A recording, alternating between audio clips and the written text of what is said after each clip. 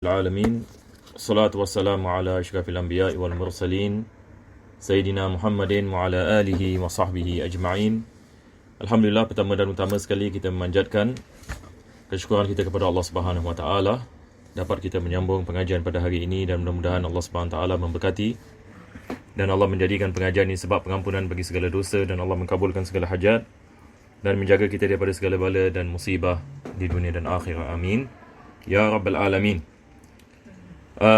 Di dalam kitab Minhaj pada minggu lepas kita telah masuk kepada bab tayammum, dan akhir sekali kita membicarakan berkenaan dengan kewajipan untuk mencari air. Ini seperti mana Allah Subhanahu wa taala mengatakan dalam Al-Quranul Karim berkenaan ini dengan fa in lam tajidu ma'an, apabila kamu tidak mendapati air. Ini maksudnya diwajibkan kamu mencari air. Maka di dalam kitab Muqaddimah Hadramiyah, seperti mana antum telah mempelajari, penulis membicarakan tentang tiga masafah. Masafah yang ni tiga jenis, apa kita mengatakan, distance ya. Tiga jenis ini distance. Kita ada haddul ghaus, haddul qurb dengan haddul bu'd. Mungkin saya membicarakan ini dulu sebelum kita masuk kepada kitab Minhaj. Kita ada apa yang dikenali sebagai haddul ghaus. Ini yang kita membicarakan minggu lepas. Seperti mana Imam Nawawi, kita lihat ini beliau mengatakan fa in ihtaja ila taraddudin taraddada qadra nazarihi. Yani dia membicarakan ini tentang haddul ghaus, dan ini sikit lebih kurang untuk kita mudah untuk kita faham tentang haddul ghaus ini. Dia sikit lebih kurang 150 meter. 100 yang ni 50 meter. Maka kalau sekiranya dia ada zon ataupun waham adanya air, maka wajib dia mencarinya. Kalau sekiranya zon ataupun dia waham, kita dah faham kan apa beza zon dengan waham? Yani kita ada yakin, zon, syak, waham, 4 perkara. Jadi yakin adalah 100%, zon adalah apa yang tak sampai 100%, lebih daripada 50%. Syak ini 50-50, manakala bawah 50 adalah waham. Maka berkenaan dengan mencari air, kalau sekiranya seseorang itu waham ataupun dia syak ataupun dia zon, maka diwajib dia cari air pada haddul ghaus. Boleh insyaAllah. Apa lagi kalau dia yakin? Kalau yakin ini tentu sekali, ini dia wajib ini mencarinya. Dan selepas itu kita ada had yang dikenali sebagai haddul qurbi. Haddul qurb. Haddul qurb ini dia adalah apa yang lebih daripada haddul ghaus, sikit lebih kurang yakni sampai 2.3 2.4 km. 2.3. Ini berdasarkan dengan isytihad, sebab ini ulama kita mereka mengatakan kadar musafir mencari hajatnya. Seperti mana nanti seperti mana yang kita lihat, beliau mengatakan falau alima ma'an yasiluhul musafiru li hajatihi. Ini adalah haddul qurbi. Mungkin antum boleh tulis ini. Al-Imam Nawawi dia tidak sebut haddul ghaus, haddul qurb. Nampak tak? Cuma kita mendapatinya daripada kitab-kitab yang lain. Tetapi ini maksudnya. Jadi setelah beliau mengatakan taraddada qadra nadharihi fa in lam yajid tayammama. Kalau sekiranya dalam haddul ghaus dia tidak mendapati air, maka dibolehkan dia melakukan tayammum. Falau makasa mawdi'ahu fal asahu wujubi talab lima yatra. Ini juga saya telah membicarakan minggu lepas. Yakni kalau sekiranya dia sudah melakukan tayammum dan dia yakin tidak ada air. Selepas itu datang kafilah ataupun datang jamaah yang lain, maka ini yang dimasukkan dengan lima yatra. Yakni disebabkan berlaku ini perubahan, ada kemungkinan air itu wujud pada kafilah ataupun berlaku hujan misalan. Ada kemungkinan air itu wujud, maka dia wajibkan ke atasnya untuk dia mencari lagi. Jadi saya harap setakat ini kita semua boleh faham insyaAllah. Tidak ada masalah ya. Baik, kalau ada soalan insyaAllah nanti selepas ini antum boleh tanya kalau ada kemusykilan tentang apa yang disebutkan di sini. Jadi minggu lepas kita berhenti di sini. Dan saya harap insyaAllah ini tidak ada masalah setakat ini. Selepas itu ini beliau mengatakan falau alima ma'an yasiluhul musafiru li hajati. Ini yang dimasukkan dengan haddul qurbi. Ini yang saya mau antum tulis. Al-Imam Nawawi sekarang ini dia membicarakan tentang haddul qurbi. Apa yang dimaksudkan dengan haddul qurb? Maka haddul qurb ini maknanya adalah ma yasiluhu al-musafiru li hajatihi. Maksudnya kalau satu orang itu dia musafir dan dia keluar untuk mencari hajatnya. Yani hajatnya seperti apa? Dia cari kayu api, dia nak mencari misalan makanan dan sebagainya. Agak-agak berapa jauh dia pergi? Cuba bayangkan antum yang ini misalan musafir. Antum sampai kepada sebuah tempat, sama ada di padang pasir ataupun di hutan misalan. dan antum nak berkemah di sebuah tempat. Selepas itu antum nak mencari apa? Mencari kayu api misalan, ataupun nak memburu binatang. Berapa jauh kita akan keluar? Berapa jauh kita akan keluar daripada kemah? Maka ini adalah kadar yang dimaksudkan dengan haddul qurbi. Jadi dia adalah sikit lebih kurang 2.4 km. Jadi di sini Al-Imam An-Nawawi yang sedang membicarakan tentang ini haddul qurbi. Maka dia mengatakan falau alima ma'an. Kita perlu underline ini alima. Alima yang dimaksudkan di sini adalah tayaqqana. Maksud alima di sini adalah tayaqqana. Yani maksudnya dia yakin. Dia yakin yang air itu wujud dalam haddul qurbi. Misalan 1 km. 1 km ini haddul qurb, ini lebih daripada had al-ghauth. Adakah diwajibkan dia mencarinya? Kalau sekiranya dia meyakini ada air, wajib dia mencarinya. Tapi kalau dia zan, tidak diwajibkan. Itu bezanya. Maka beza di antara haddul ghaus dengan haddul qurb. Haddul ghaus kita mengatakan kalau dia ada zan ataupun waham wujudnya air, wajib dia mencarinya. Tetapi bagi haddul qurbi, wajib yang dia ada keyakinan. Baru kita mengatakan diwajibkan dia mencari. Baru kita mengatakan diwajibkan dia mencari air. Kalau sekiranya dia tidak ada keyakinan, kalau dia zan, maka tidak diwajibkan. Maka di sini alima di sini antum tulis ini di sana tayaqqana. Yang dimaksudkan dengan ilm adalah yakin. Boleh insya-Allah? Semua dah tulis? Yang ini perlu tulis ya. Kalau tak ini boleh terlepas ini. Falau alima, dia mengatakan falau alima ma'an yasiluhul musafiru li hajatihi. Ini yang dimaksudkan dengan haddul qurbi. Apa beliau mengatakan? Wajaba qasduhu. Wajib mencarinya. Wajib ini mencarinya. In lam yakhaf, tapi dengan syarat. In lam yakhaf, kalau dia tidak takut ada mudarat. Misalan yang ada binatang buas.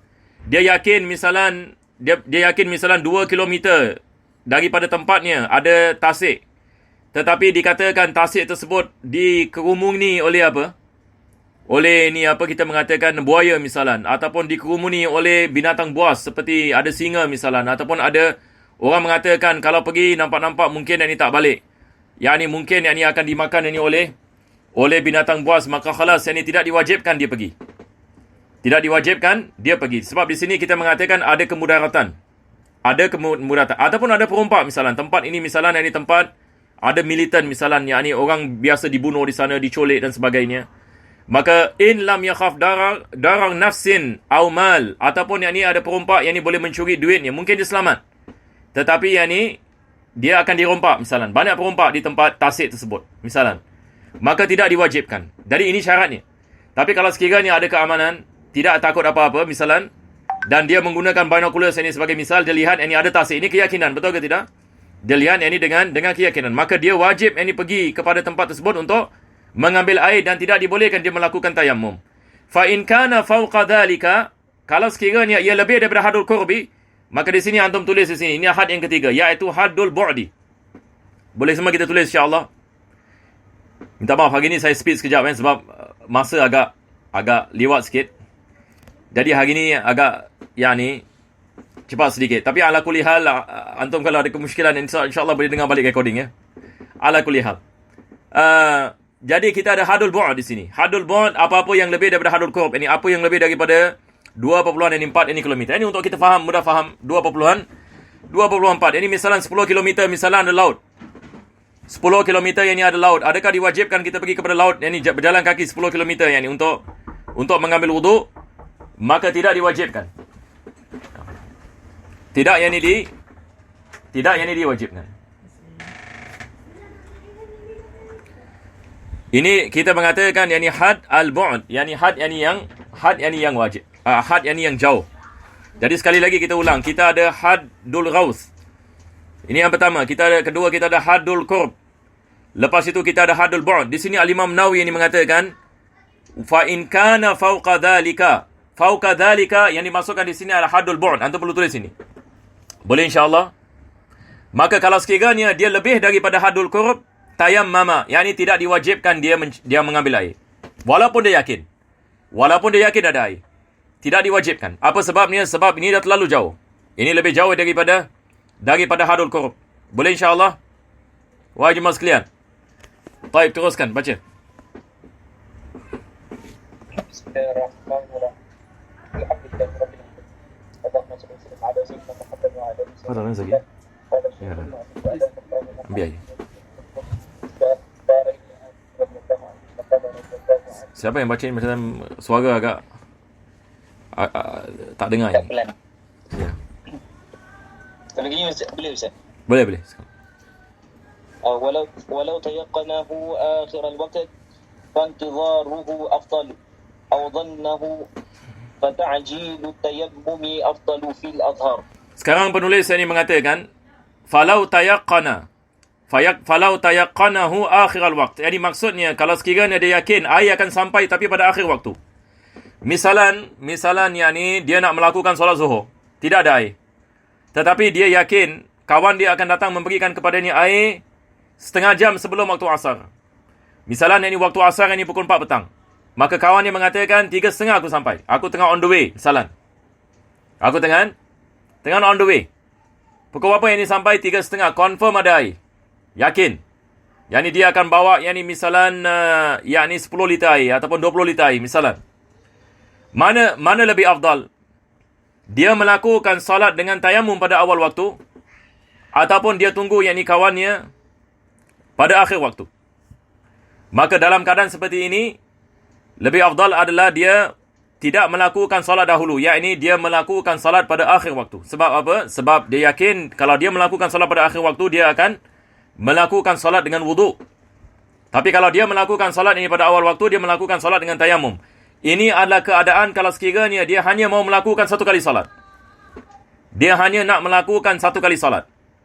Di sini kalau kita menanyakan mana lebih afdal, melakukan salat dengan tayamum pada awal waktu ataupun melakukan salat pada akhir waktu tapi dengan wuduk, tentu sekali melakukan salat dengan wuduk pada akhir waktu itu lebih afdal daripada melakukan salat dengan tayamum pada awal waktu. Ini kalau sekiranya dia nak melakukan hanya satu salat. Begitu juga kalau dia zon. Penulis mengatakan di sini au zannahu, yakni tak sampai kepada keyakinan. Kawan dia mengatakan besar kemungkinan insya-Allah aku cuba akan sampai 3:30, tapi mungkin lambat. Mungkin ini sampai pukul 4 misalan. Maka lebih afdal dia tunggu. Lebih afdal ini dia tunggu sehingga sampai kepada masa yang mana dia tidak ada masa lagi untuk menunggu, maka dia melakukan tayamum pada akhir waktu. Tapi ada kemungkinan kawan dia misalan boleh datang setengah jam ini sebelum yakni waktu asar. Maka lebih afdal dia tunggu.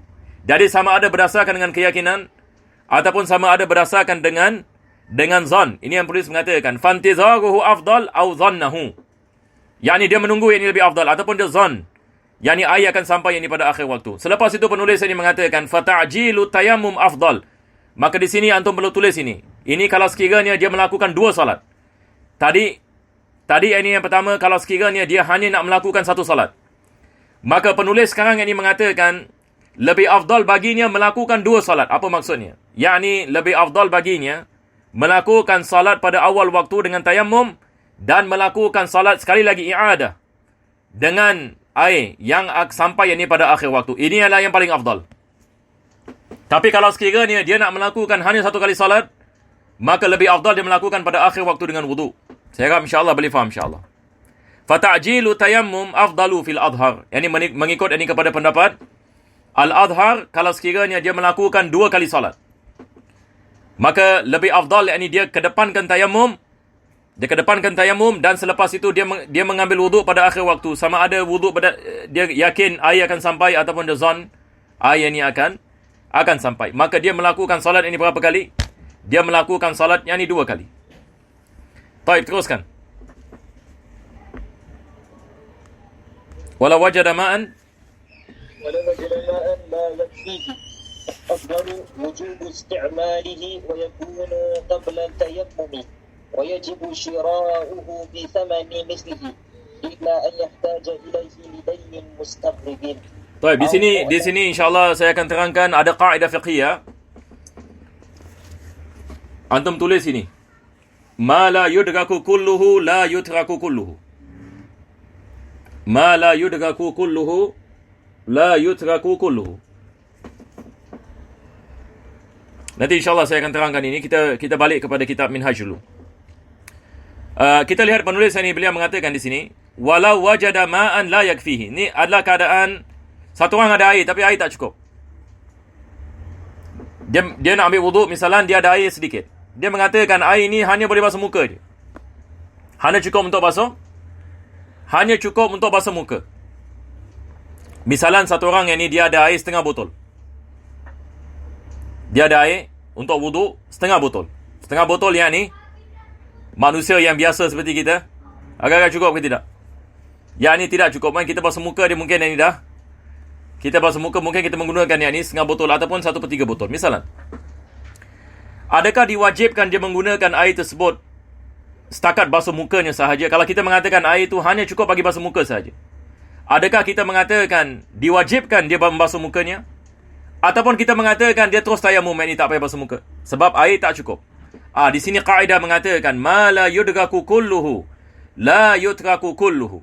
Yakni walaupun air tersebut tidak mencukupi untuk wuduk yang sempurna, tetapi tidak dibolehkan kita meninggalkannya. Ini maksudnya selagi mana kewajipan itu boleh dilaksanakan, wajib kita melaksanakannya walaupun kita tidak melaksanakannya dengan sempurna. Ini adalah misal.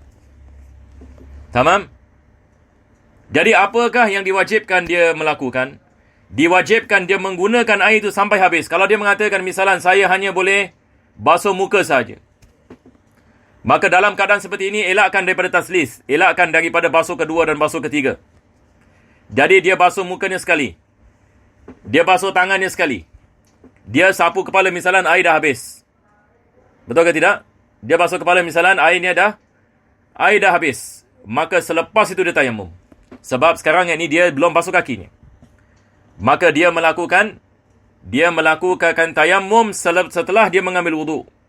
Kenapa yang ini diwajibkan dia melakukan tayamum? Sebab dia tak dapat mengambil wuduk dengan sempurna. Dan tidak dibolehkan dia tayamum terus. Tidak dibolehkan dia hanya tayamum. Dan dia tidak menggunakan air yang tidak mencukupinya. Jadi di sini penulis mengatakan wala wajada ma'an la yakfihi. Kalau dia mendapati air yang tidak mencukupinya, fal adhar, mengikut ini kepada pendapat yang ini adhar, wujub isti'malihi, wajib yang ini menggunakan air tersebut walaupun yang ini ia tidak mencukupi. Wa yakunu qabla tayammum, yakni air tersebut sebelum tayammum, yakni ambil wuduk dulu. Selepas ini dia dah basuh muka, basuh tangan, sapu kepala, air dah habis, maka dia lap ini mukanya, lap tangannya. Di sini dalam keadaan ini lap muka, lap tangan tidak makruh. Yang ini kita belajar dalam bab wuduk, lap anggota wuduk ini makruh hukumnya kalau tidak ada sebab. Tapi di sini tidak makruh. Sebab ini kita nak melakukan tayamum selepas itu. Jadi penulis ini mengatakan wajib ini tertib di sini. Maka dia kedepankan membasuh muka, baru ini dia melakukan yang ini tayamum. Boleh faham insya-Allah? Jadi saya rasa yang ini tidak ada masalah insya-Allah ya.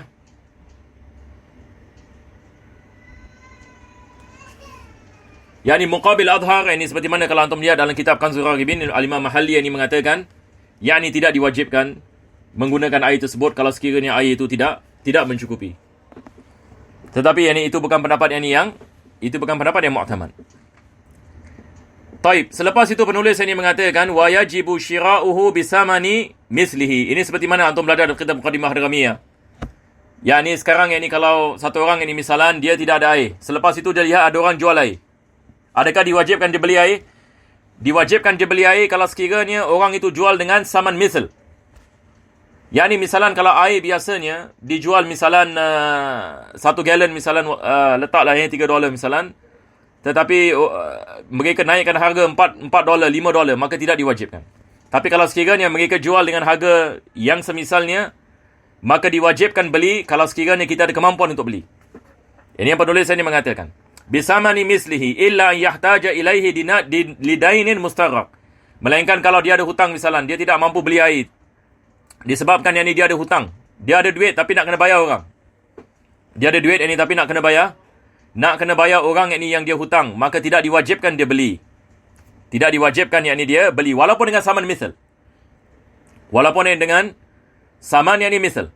Au ma'unati safarihi, ataupun dia memerlukan untuk safar ni. Dia ada duit tapi dia mengatakan tapi saya lagi 1 bulan di padang pasir. Saya nak kena membeli makanan, minuman dan begitu juga ini barang-barang yang lain supaya saya sampai kepada destinasi. Maka dalam keadaan seperti ini tidak diwajibkan dia beli air, maka dia boleh melakukan tayammum.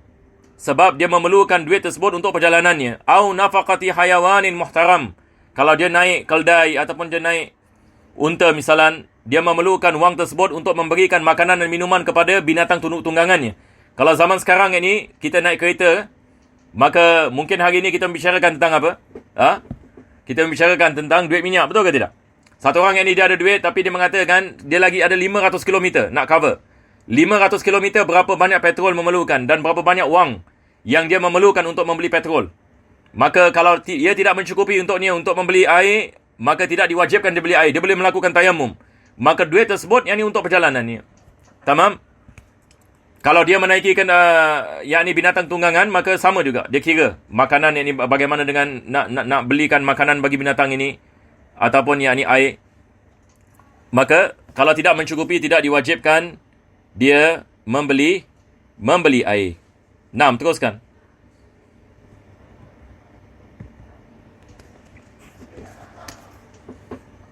Yalah. أو مؤنة سفره أو نفقة حيوان محترم ولو وهب له ماء أو أعير دلوا وجب القبول في الأصح ولو وهب ثمنه فلا. Sekarang ini keadaan yang seterusnya penulis mengatakan walau wuhiba lahu ma'un, yakni diberikan sebagai hadiah. Dia sampai kepada sebuah tempat, dia tidak ada air, datang satu orang mengatakan saya berikan awak air ini. Saya memberikan ini kepada awak air ini. Ataupun dia sampai kepada perigi dan orang itu meminjamkan kepadanya baldi untuk mengambil air daripada perigi. Daluan di sini maksudnya baldi. Dalam bahasa kita memanggilnya apa?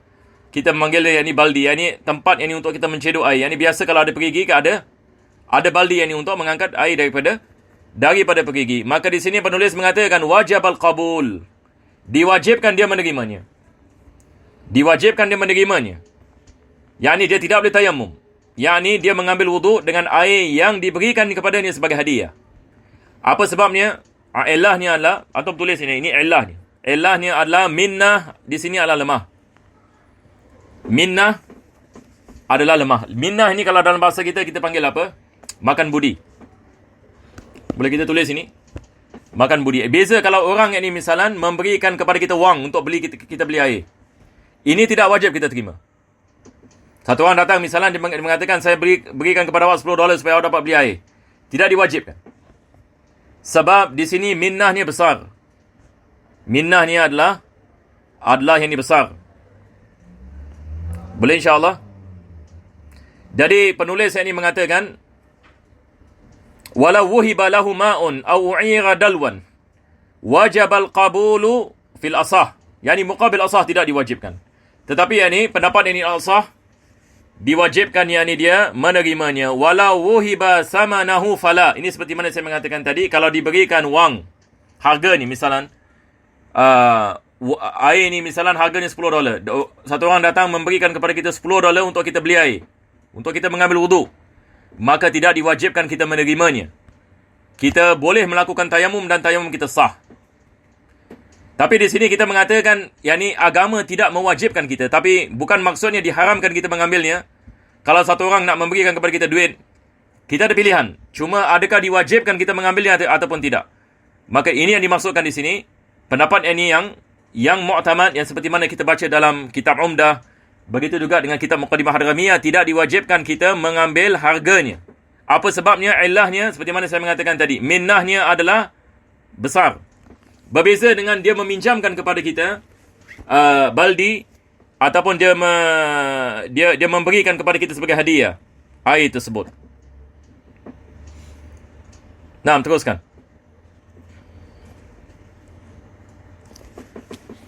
ولو وهب ثمنه فلا ولو نسيه في رحله أو أضله فيه فلم يجده بعد الطلب فتيمم قضى في الأظهر. Ini adalah situasi yang seterusnya. Penulis beliau mengatakan walau nasiyahu fi rahlihi. Sekarang satu orang ini dia ada bawa air dalam dia punya rahal. Saya minggu lepas telah membicarakan apa dimasukkan dengan rahal. Apa yang dimasukkan dengan rahal. kalau sekiranya dia mengatakan saya ada bawa air tapi saya tak tahu, dia terlupa, dia terlupa, dia cari air di tempat yang lain dan dia melakukan tayamum. Selepas itu dia teringat sebenarnya dia ada air. Ini adalah keadaan yang pertama. Situasi yang pertama adalah dia lupa. Dia bawa air dan dia terlupa yang dia ada air. Ini adalah situasi yang pertama. Situasi yang kedua, adallahu. Dia bawa air tapi dia tak ingat mana dia letak. Dia bawa air, dia tahu dia ada air, tapi dia tidak ingat di mana airnya. Nampak tak bezanya? Apa beza di antara kita mengatakan satu orang terlupa yang dia ada air dan satu orang yang ingat dia ada air tapi dia terlupa mana dia letak air tersebut? Ini beza di antara nasiya dengan adalla. Jadi di sini Al-Imam An-Nawawi beliau mengatakan walau nasiyahu fi rahlihi au adallahu fihi falam yajidhu ba'da talabi, dan dia mencarinya dan tidak mendapat air, fatayammama, dan dia melakukan tayammum, qada fil adhar, diwajibkan dia qada salat. Kenapa kita mengatakan wajib dia melakukan qada? Sebab dia melakukan salat dalam keadaan dia tidak ada, dalam keadaan dia ada air. Antum perlu tulis sini. Apa sebabnya kita mengatakan wajib dia melakukan qada? Sebabnya adalah dia telah melakukan salat dalam keadaan dia ada air. Itu sebab diwajibkan dia melakukan qada. Sama ada dia terlupa yang dia ada air ataupun dia tak jumpa airnya. Yang ini misalan selepas solat baru dia jumpa. Setelah dia cari air tak jumpa air. Sama ada dia terlupa ataupun dia tak tahu mana dia letak. Dan dia melakukan tayamum. Dia cari tak jumpa. Dia melakukan tayamum. Dan dia melakukan solat. Selepas solat dia jumpa rupanya air ada dekat dalam dia punya dalam keretanya misalan. Tertutup misalnya dengan kain dan sebagainya. Maka dalam keadaan seperti ini diwajibkan dia melakukan qada. Diwajibkan dia melakukan qada. Apa sebabnya? Sebab dia telah melakukan salat dalam keadaan dia ada air. Jadi asalnya kita mengatakan diwajibkan dia qada sebab dia ada air. Dibolehkan tayamum kalau sekiranya dia tidak ada air. Dan ini penulis ini mengatakan qada yani fil adhar. Qada fil adhar. Dan qaul muqabil antum boleh lihat, bagi antum yang ada kitab ini Kanzul Gharibin, antum boleh lihat ini qaul ini muqabil. Apa yang disebutkan ini oleh Al-Imam Mahali, mungkin saya baca. Yani Al-Imam Mahali mengatakan athani, ini dalam daripada kitab Kanzul Gharibin, yani beliau mengatakan la yaqdi, tidak diwajibkan qada. Apa sebabnya? Dia mengatakan li'uzrihi bin nisyani wa adamil wujdan. Yang ini sebab dia mengatakan lupa ada keuzuran. Begitu juga tak jumpa keuzuran. Ini adalah qaul muqabil, tapi ini bukan pendapat yang dipilih dalam apa kita mengatakan sebagai mu'tamad dalam madhab. Ini yang kita belajar dalam Muqaddimah Hadramiyah dan kitab-kitab yang lain. Cuma yang ini bagusnya bila kita lihat qaul muqabil, ini maksudnya ada qaul. Dan seperti mana kita mengatakan adhar muqabil dhaif ataupun qawi. Muqabil adhar pendapat yang kuat ataupun pendapat yang lemah? Dia adalah pendapat yang kuat. Maka kita boleh mengamalkannya bihaqqi nafsihi. Betul ke tidak? Kita boleh mengamalkannya, tetapi kita tidak boleh memberikan ini fatwa ini umum ini kepada orang awam. Tetapi untuk bagi diri kita, kalau kita memerlukan, boleh kita mengamal dengannya. Taib. Teruskan. ولو أضل رحله في الرحال فلا. الثاني أن يحتاج إليه لعطش محترم ولو مالا. Naam. Beliau mengatakan walau adalla rahlahu fi rihalin fala. Kalau sekiranya seseorang itu hilang dia punya rahal, maka tidak diwajibkan qada. Apa maksudnya di sini? Apa maksud ini dia hilang rahalnya? Sekarang ini misalan. Satu orang ini misalan, kita memberikan misal, satu orang ini naik unta. Tamam? Maka dia meletakkan airnya, barang-barangnya semua atas unta. Maka ini unta dan barang-barang dikirakan sebagai rahal. Kalau zaman sekarang ini kereta. Sekarang ini dia naik unta dan dia membawa air atas unta dan barangnya semua. Lepas itu dia rehat di sebuah tempat, dia tidur misalan, dia bangun unta hilang. Maka semua airnya semua hilang. Maka dalam keadaan seperti ini, dia melakukan tayamum sebab dia tidak ada air. Setelah cari air di kawasannya, dia tak jumpa, maka dia melakukan tayamum. Maka tidak diwajibkan dia melakukan qada. Sebab apa bezanya di sini? Bezanya di sini adalah dia telah hilang ini ke semua barangannya. Nampak tak? Tadi kita mengatakan, yakni dia tidak jumpa air. Tapi di sini kita mengatakan, dia hilang ini ke semua barangannya. Dia tidak mengetahui di mana barangannya berada. Barangannya tidak ada di sisinya. Mungkin untanya telah pergi misalnya yakni 5 km. Selepas ini dia melakukan solat, dia jumpa untanya. Dia jumpa yang ni untanya. Adakah diwajibkan dia melakukan qada? Tidak diwajibkan. Tidak diwajibkan. Sebab bila dia melakukan salat, rahalnya tidak bersamanya. Berbeza dengan kita mengatakan tadi, kalau dia tidak jumpa air dalam rahal. Maka di sini penulis membezakan di antara air yang tidak dijumpai pada rahal dan tidak dijumpai rahal itu ini pada asalnya. Boleh faham insyaAllah? Baik, teruskan lagi. Selepas itu beliau mengatakan asani. Jadi sebab ini yang pertama, kalau sekiranya dia tidak mendapati air. Ini adalah daripada sebab ini tayamum.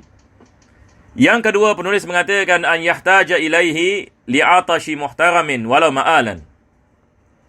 Yakni dia ada air tapi dia memerlukan air yang ini untuk minum. Sama ada bagi manusia ataupun bagi binatang tunggangan ni misalan. Walau ma'alan. Ma'alan ini maksudnya in the future. Sekarang satu orang ini misalan dia nak merentasi padang pasir misalan. Dia nak travel yang ini misalan, yang ini kita berikan misal daripada Somalia pergi Mauritania.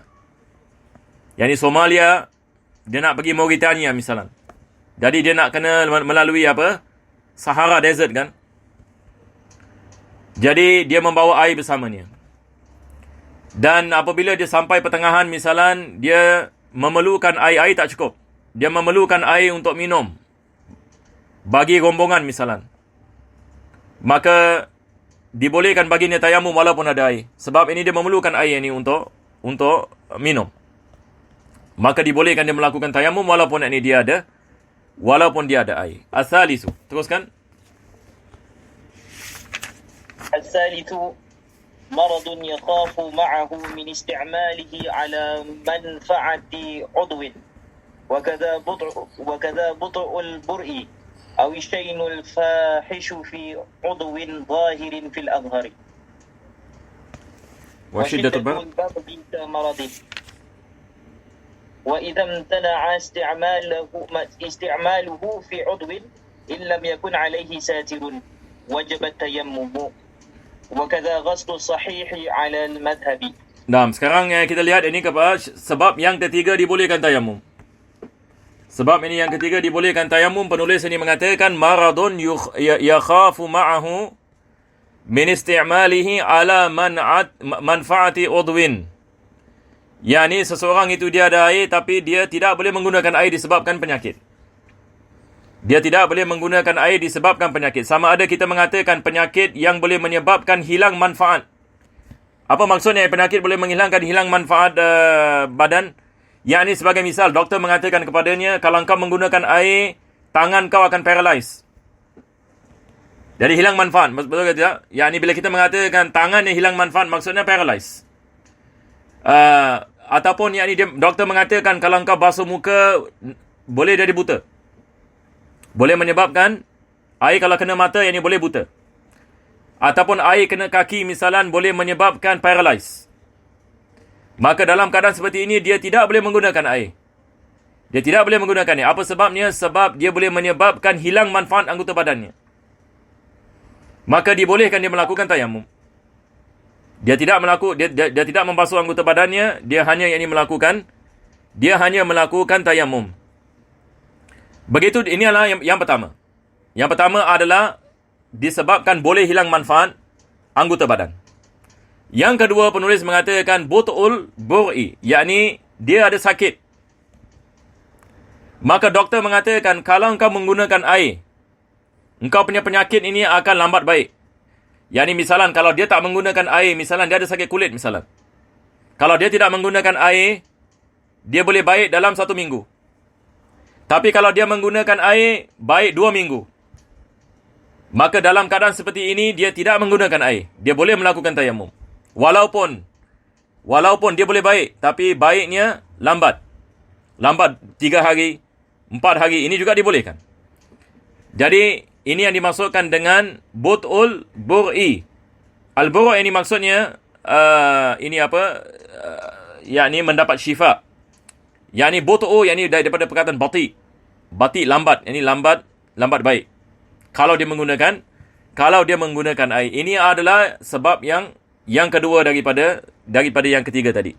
Jadi yang pertama sekali adalah athalisu maradun yakhafu ma'ahu min isti'malihi ala manfaati udwin wa kadha but'ul bur'i. Yang kedua adalah lambat baik. Awish syainul fahishu. Ini yang ketiga. Syainul fahish. Yakni syainul fahish ini maksudnya dia punya kulit bertukar warna. Misalan doktor mengatakan kalau kau menggunakan air, kau punya kulit boleh bertukar jadi hitam. Yakni ini sekali lagi ada penyakit kulit. Kalau dia menggunakan air pada anggota badannya, maka ia akan bertukar warna. Sama ada dari hitam ataupun dari putih misalan. Kita lihat ada jenis ini penyakit kulit. Kalau dia menggunakan air, dia menyebabkan apa? Dia menyebabkan ada patch kan? Yang ni badannya jadi macam ada warna asli, ada yang bertukar menjadi putih dan sebagainya. Maka di sini kita mengatakan keuzuran baginya. Dia boleh melakukan tayammum fi udwin zahirin. Di sini yang ini memerlukan sedikit syarah ini. Kita ada apa yang disebutkan oleh Imam Nawawi di sini udwin zahir. Apakah yang ini yang dimaksudkan dengan udwun zahir? Yakni udwun zahir adalah apa yang kita dapat melihatnya apabila seseorang itu sedang melakukan pekerjaan. Boleh antum tulis ini. Apabila seseorang itu melakukan satu pekerjaan. Yakni kita kalau bekerja, bahagian badan mana yang kita tutup? Yakni kita kalau bekerja biasa apa? Kita pakai t-shirt kan? Ini kalau kita nak bekerja misalan, kita nak basuh rumah misalan. Kita akan pakai t-shirt dan kita akan pakai seluar. Jadi, tangan kita yang ini zahir. Nampak tak? Bahagian sini sampai lengan kita ini zahir. Udwun zahir.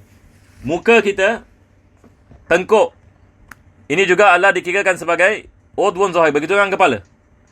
Dan begitu juga yang ini bahagian kaki kita.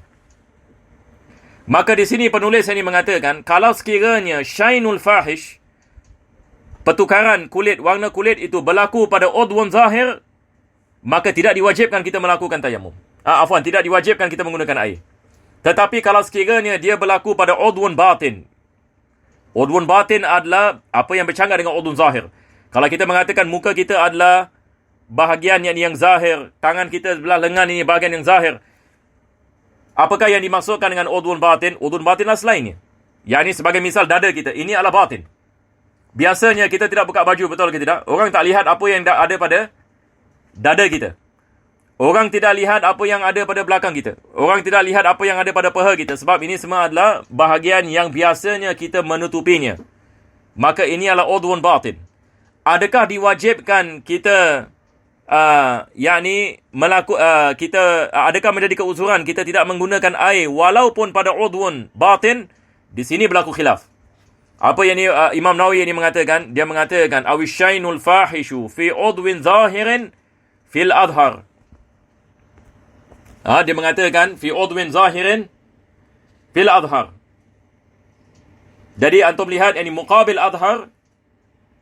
Beliau mengatakan laisa fil but'i wasyainin madhkur kabiru darar. Tapi muqabil adhar ini mengatakan itu bukan suatu yakni keuzuran, sebab ini kemudaratan yang ini tidak besar. Ala kulli hal di sini beliau yakni membezakan berkenaan dengan syainul fahish adalah beza di antara udwun zahir dengan udwun batin. Kalau sekiranya udwun batin, maka wajib dia menggunakan air. Itu yang dimaksudkan. Boleh faham insya-Allah? Tapi kalau sekiranya ia berlaku pada udwun yang zahir, maka dia boleh melakukan tayammum dan dia tidak menggunakan air. Selepas itu seterusnya beliau mengatakan wasyiddatul bardi kamaradin. Dan juga yakni syiddatul bard ni maksudnya terlalu sejuk. Satu orang ini pergi North Pole misalan, dia ada air tapi terlalu sejuk misalan, dan dia tidak ada sesuatu untuk memanaskan air, seperti heater, tak ada heater rosak misalan, dan dia melakukan tayammum, dibolehkan. Kalau sekiranya menggunakan air mendatangkan kemudaratan, yang ini terlalu yakni sejuk, maka hukumnya sama seperti orang yang sakit. Yang sakit yang tidak dapat menggunakan air. Wa idham tana'a isti'maluhu fi udwin in lam yakun alaihi satir. Sekarang ini kita akan membicarakan tentang masalah jabirah. Mungkin kita tak ada banyak masa sekarang. Tapi sebelum itu insya-Allah saya rasa kita tidak ada masalah setakat ini. Jadi sekali lagi, sebab ini yang ketiga penulis mengatakan adalah berkenaan dengan penyakit. Penyakit pertama sekali beliau mengatakan kalau dia takut atas manfaat yakni anggota badan. Yang kedua, kalau ia menyebabkan lambat baik. Yang ketiga, syainul fahish, yakni dia menyebabkan kulit yang bertukar warna kalau menggunakan air. Dan kita membezakan di antara udhun yang zahir ataupun yang batin. Yang dimaksudkan berdasarkan dengan pendapat Azhar adalah kalau sekiranya dia adalah pada udhun yang zahir dan bukan yang udhun yang batin. Wa shiddatul bardi kamarad. Dan seperti sakit, hukumnya sama, yakni seperti orang yang dalam keadaan kesejukan. Kesejukan yakni yang boleh menyebabkan kemudaratan. Selepas ini beliau akan membicarakan tentang masalah apa yang dikenali sebagai masalah jabirah. Ini seperti mana juga antum mempelajari dalam kitab Muqaddimah Hadramiyah. Dan bagus kalau antum dapat rujuk ini Al-Baijuri, syarah ini bagi Hasyiah ini Fathul Qarib. Ini beliau membicarakan ini dengan terperinci ini masalah ini. Cuma di kitab ini Minhaj tidak begitu ini terperinci. Jadi ini adalah masalah berkenaan dengan kalau kita ada sakit pada anggota badan wudu dan kita meletakkan bandage. Nampak tak? Satir ini di sini maksudnya bandage. Bandage ataupun plaster. Yang ini kita tidak boleh membukanya. Doktor mengatakan kau tak boleh membuka bandage ini. Satu orang ini patah tulang misalnya, dia tidak boleh buka casting. Maka bagaimana dia nak mengambil wudu? Bagaimana dia nak melakukan solat? Ini adalah babnya. Ini yang dikenali ini sebagai mas'alatul jabirah. Mas'alatul ini jabirah. Jadi penulis pertama sekali mengatakan kalau dia ada sakit dan dia tidak ada bandage, dia memulakan dengan kalau sekiranya tidak ada bandage. Dia mengatakan in lam yakun alaihi satirun wajibat tayammum. Kalau sekiranya doktor mengatakan kepadanya engkau punya kudis ini ataupun dia aksiden misalnya koyak, tangan dia koyak, dia tak letak bandage tapi dia tidak boleh kenakan air. Dia letak ubat misalnya, dia tidak boleh kenakan air. Maka diwajibkan dibolehkan baginya tayamum. Dibolehkan baginya tayamum, wajibat tayamum. Diwajibkan baginya tayamum wa kadza ghuslus sahih 'ala al-madhhab. Tetapi bahagian yang dia boleh basuh wajib dia basuh. Jadi mungkin ini saya memberikan misal. Sekarang ini satu orang aksiden, naudzubillah min zalik, misal ya. Dia aksiden. Tangannya di sini semua koyak. Daripada setengah sampai siku misalnya semua koyak besar misalnya. Dan lepas itu dia letak ubat misalnya. Sekarang dia nak melakukan solat. Doktor mengatakan ini tempat yang koyak ini kau tak boleh kenakan air. Sebab yang ini dia akan menyebabkan kemudaratan. Misalnya, dia tak boleh kena air. Taib, tetapi bagaimana dengan bahagian di bawah sini? Bahagian di bawah sini tidak ada apa-apa. Betul ke tidak? Boleh kena air ke tidak boleh kena air? Boleh kena air. Maka di sini penulis mengatakan ghasalah sahih. Apa yang dimaksudkan ghasalah sahih?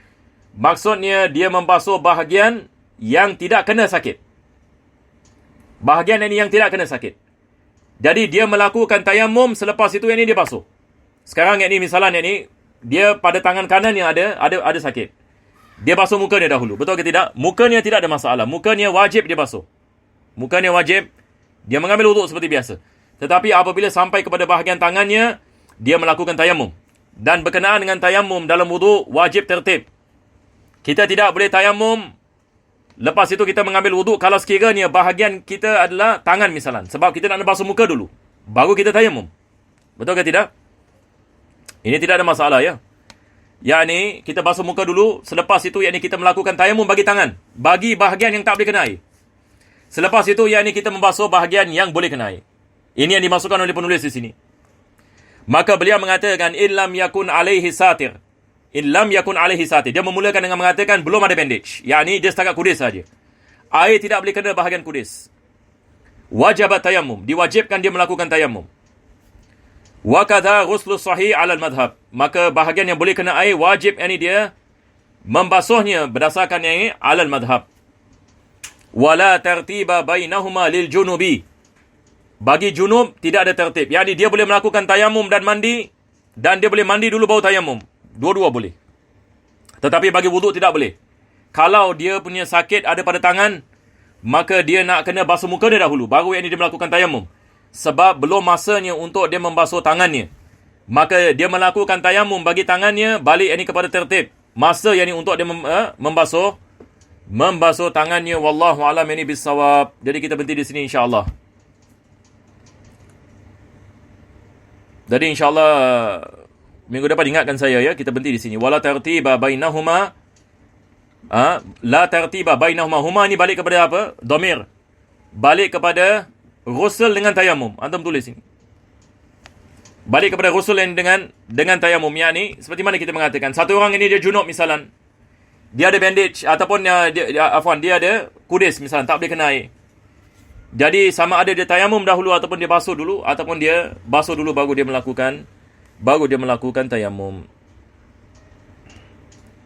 Fa in kana muhdisan, kalau dia yani dalam keadaan hadas, fal asah ishtiratu tayammum waqta ghuslil alil. Ini adalah berkenaan dengan wudu. Jadi seperti mana saya mengatakan tadi, yakni berkenaan dengan wudu wajib tertib. Jadi dia hanya boleh melakukan tayamum apabila sampai kepada masa untuk membasuh anggota tersebut. Fa in juriha udwahu fa tayammuman. Kalau dua anggota yakni tidak diboleh kenakan air, maka dua tayamum. Misalan mukanya tidak boleh basuh, tangannya pun tidak boleh basuh, dua tayamum. Jadi sebelum dia basuh muka dia tayamum, selepas itu dia basuh mukanya, lepas itu dia tayamum untuk tangannya, dan selepas itu dia basuh tangan. Jadi satu anggota yakni satu tayamum. Ini semua insya-Allah nanti minggu depan kita akan membicarakan lagi insya-Allah. Wa sallallahu ala sayyidina Muhammadin wa ala alihi wa sahbihi wa sallam. Walhamdulillahirabbil alamin.